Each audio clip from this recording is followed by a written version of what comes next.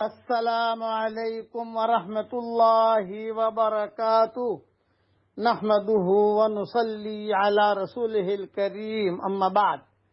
آج کا سبق سن لیجئے۔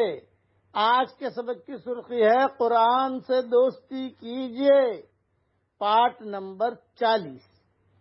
حضرت ابو ہریرہ رضی اللہ تعالیٰ عنہ سے روایت ہے کہ رسول اللہ صلی اللہ علیہ وسلم نے ارشاد فرمایا، جب تم میں سے کوئی سورہ فاتحہ کے آخر میں آمین کہتا ہے تو اسی وقت فرشتے آسمان پر آمین کہتے ہیں۔ اگر اس شخص کی آمین فرشتوں کی آمین کے ساتھ مل جاتی ہے تو اس کے پچھلے تمام گناہ معاف ہو جاتے ہیں۔ یہ حدیث بخاری شریف میں ہے۔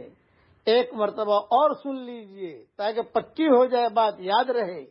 ہم امام کے پیچھے نماز پڑھتے ہیں تو آمین تو کہتے ہیں، بعض لوگ زور سے آمین کہتے ہیں، بعض لوگ آہستہ آمین کہتے ہیں، لیکن یہ حدیث سامنے ہونی چاہیے کہ میری آمین فرشتوں کی آمین کے ساتھ مل جائے گی تو میرے پچھلے گناہ معاف ہو جائیں گے۔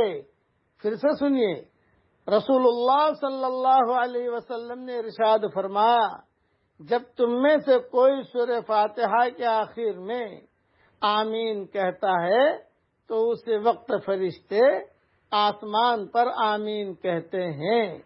اگر اس شخص کی آمین فرشتوں کی آمین کے ساتھ مل جاتی ہے تو اس کے پچھلے تمام گناہ معاف ہو جاتے ہیں۔ اللہ تعالی ہم سب کے چھوٹے بڑے گناہوں کو معاف فرمائے۔ بعض علماء نے یہ بھی لکھا ہے کہ اس حدیث سے مراد نماز نہیں ہے، بلکہ اس حدیث سے مراد اگر تو آپ نے اپنے گھر میں سورہ فاتحہ پڑھ لی، موٹر میں بیٹھے بیٹھے سورہ فاتحہ پڑھ لی، روٹی بناتے بناتے سورہ فاتحہ پڑھ لی اور آپ نے والضالین پر آمین کہی، فرشتے بھی آمین کہیں گے تو جو ہے اس وقت بھی گناہ معاف ہو جائیں گے۔ بعض یہ کہتے ہیں، بعض وہ کہتے ہیں۔ خلاصہ کلام ہے کہ جب بھی سورہ فاتحہ پڑھو آمین کہو، آپ بھی آمین کہو اور امام کے پیچھے تو آمین کہتے ہی کہتے ہیں۔ اب پڑھ لو میرے ساتھ، ایاک نعبد و ایاک نستعین، ایاک نعبد و ایاک نستعین، تیری ہی عبادت کرتے ہیں اور تجھ سے ہی مدد مانگتے ہیں۔ سلف صالحین اٹھتے بیٹھتے، سلف صالحات اٹھتے بیٹھتے یہ جملہ پڑھتے تھے، گنگناتے تھے نا، رانی ہو یا مہترانی ہو گنگنائی کی ضرور۔ روٹیاں بناتے بناتے عورتوں کی عادت ہے گنگنانے کی، تو میں کہتا ہوں کہ یہ جملہ گنگناؤ، ایاک نعبد و ایاک نستعین، ایاک نعبد و ایاک نستعین۔